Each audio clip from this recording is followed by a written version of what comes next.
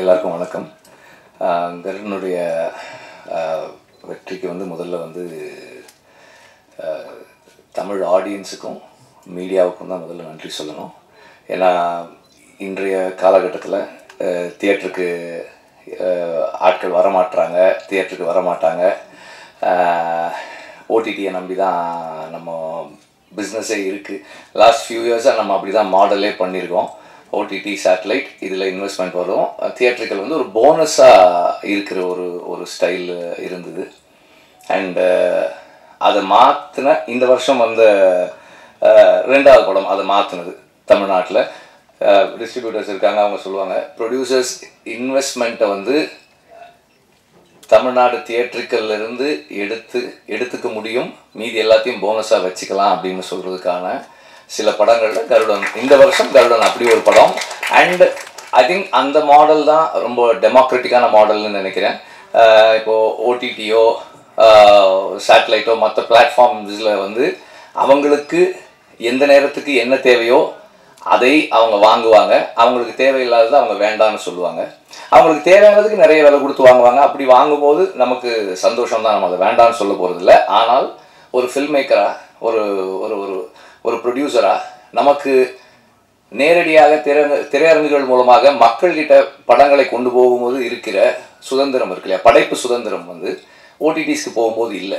இப்போது நமக்கு இருக்கிற சூழல் நம் படங்களை நம் மக்களிடம் கொண்டு போய் சேர்த்து அதுக்கான என்ன இன்வெஸ்ட் பண்ணமோ அதை திரும்ப எடுக்கிறதுன்ற அந்த மாடல் த மோஸ்ட்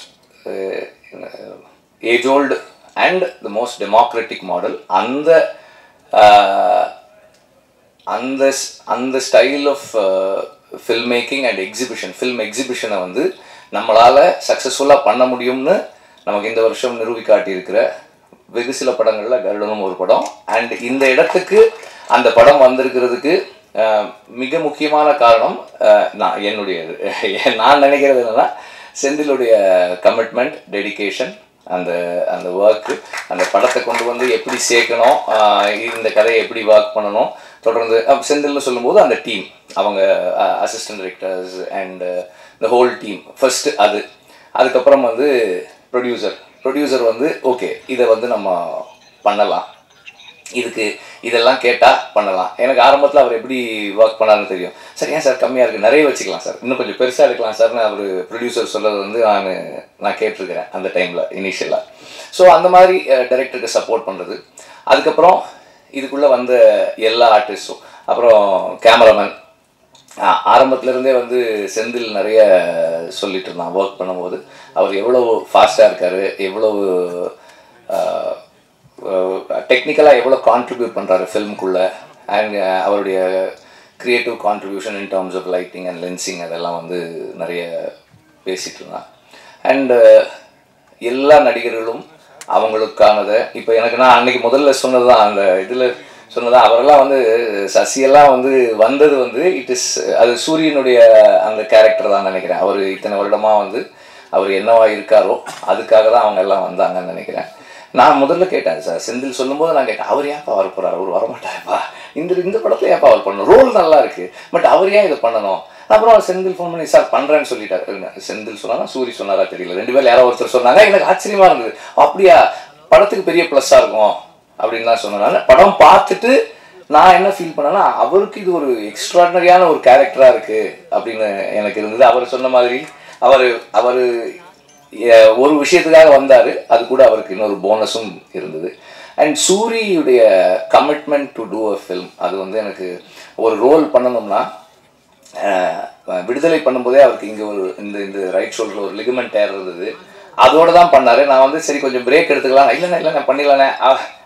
அவருக்கு என்னென்னா சரி பிரேக் எடுக்கலாம்னா திரும்ப நான் ஆரம்பிக்கிறது இன்னும் கொஞ்சம் லேட் பண்ணிட்டேன், அவருக்கு அடுத்த ஷெடியூல் போகிறதுக்கு இன்னும் பயம். அண்ணா அப்படியே பண்ணிடுறேன் அதில் தெரியும், கொஞ்சம் ஓடும் போதெல்லாம் தெரியும். அங்கே பட்ட காயத்தோடவே இந்த ஷூட்டிங்கு போகிறாரு. போனால் அங்கேயும் போய் சும்மா இல்லாமல் அந்த ஃபஸ்ட்டு அந்த டைட்டில் ரிவீல் பண்ண அந்த இதில் ஒர்க் பண்ணி இன்னும் டேமேஜ் பண்ணிக்கிட்டாரு. ஆனாலும் அதை என்கிட்ட ஒரு டைரக்டர் இது கேட்குறாங்க, எனக்கு இப்படி ஒரு ஆப்பர்ச்சுனிட்டி கிடைச்சிருக்கு, இதில் என்னோட 100% நான் கொடுக்காமல் இருந்துடக்கூடாதுன்னு சூரி நினைக்கிறது இருக்கு இல்லையா, அது வந்து ஒரு டைரக்டருக்கு வந்து ஒரு பெரிய டிலைட்டாக இருக்குது ஒர்க் பண்ணுறதுக்கு.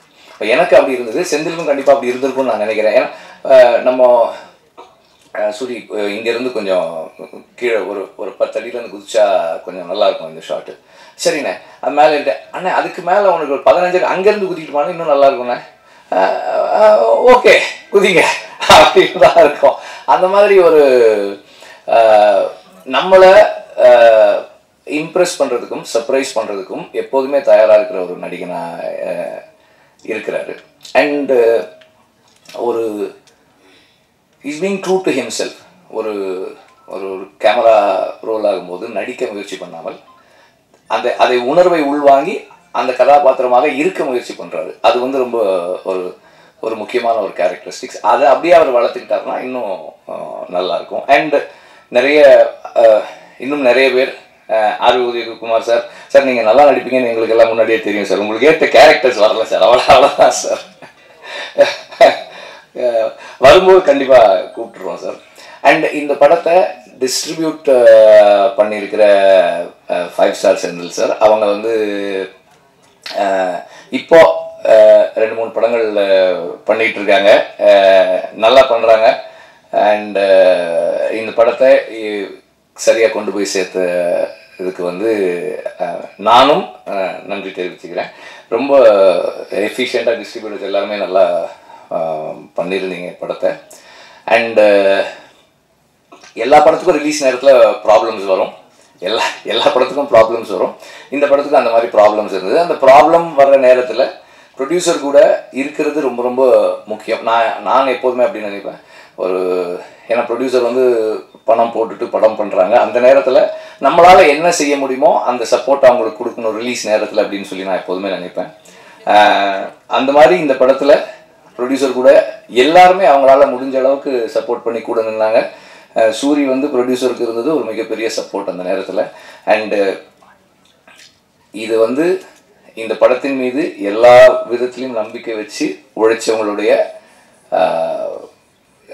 அந்த கதை மேல் இருந்த அவங்களுக்கு அந்த படத்தின் மேல் இருந்த நம்பிக்கை தான் எல்லாருமே அது கூட ஒன்றா நின்னது.